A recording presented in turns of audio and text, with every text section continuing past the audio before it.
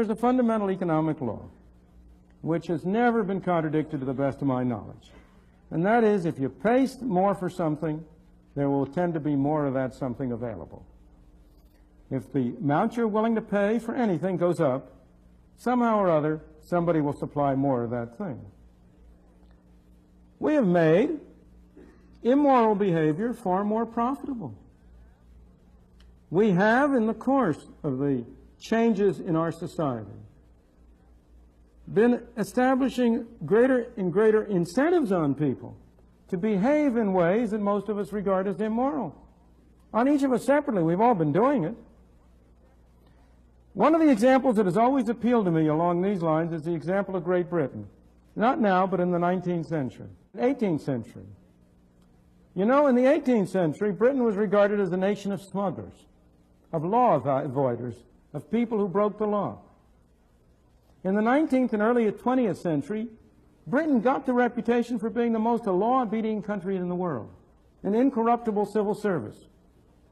Everybody knew about the fact that you couldn't bribe a civil servant in Britain the way you could one in, say, Italy or New York. How did that come about? How did a nation of smugglers with no respect for the law get converted into a nation of people obedient to the law? Very simply, by the laissez-faire policy adopted in the 19th century, which eliminated laws to break. If you had complete free trade, as you did after the abolition of the Corn Laws, there was no more smuggling. It was a meaningless term. You were free to bring anything into the country you wanted. You couldn't be a smuggler. It was impossible. If you didn't need a license to establish a business, you didn't need a license to open up a factory, what was there to bribe a civil servant for? The civil servants became incorruptible because there was nothing to bribe them for.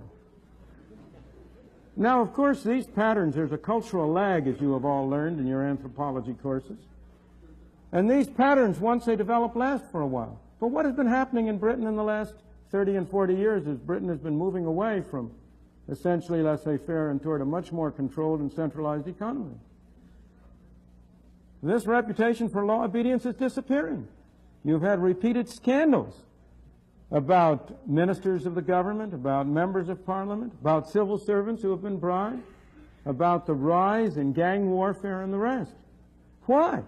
Because you're establishing an incentive. You've got more laws to break now. It's much more fundamental. When the only laws are those laws which everybody regards as right and valid, they have great moral force.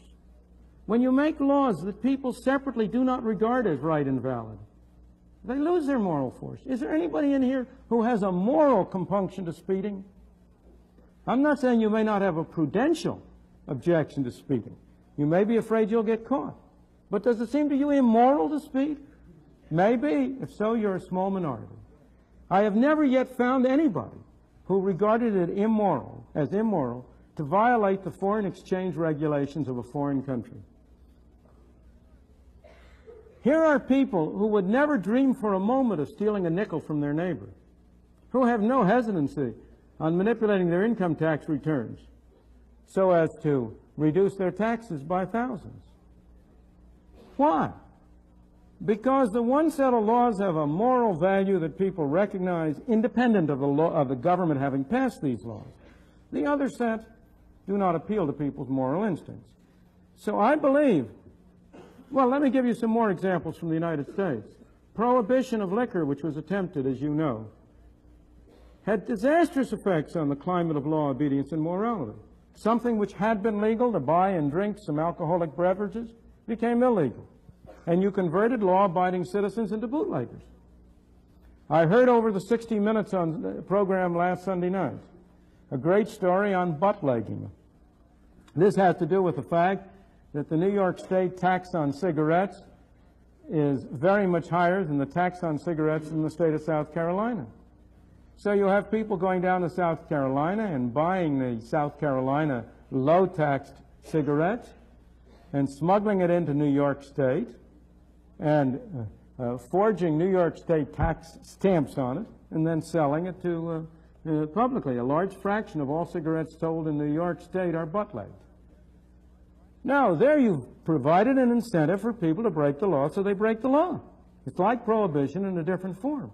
The obvious answer is for New York State to lower its taxes, and you will eliminate butt-legging overnight and be able to take whatever may be the number of policemen who are devoted to enforcing that kind of thing, you will be able to take them and turn them to useful work.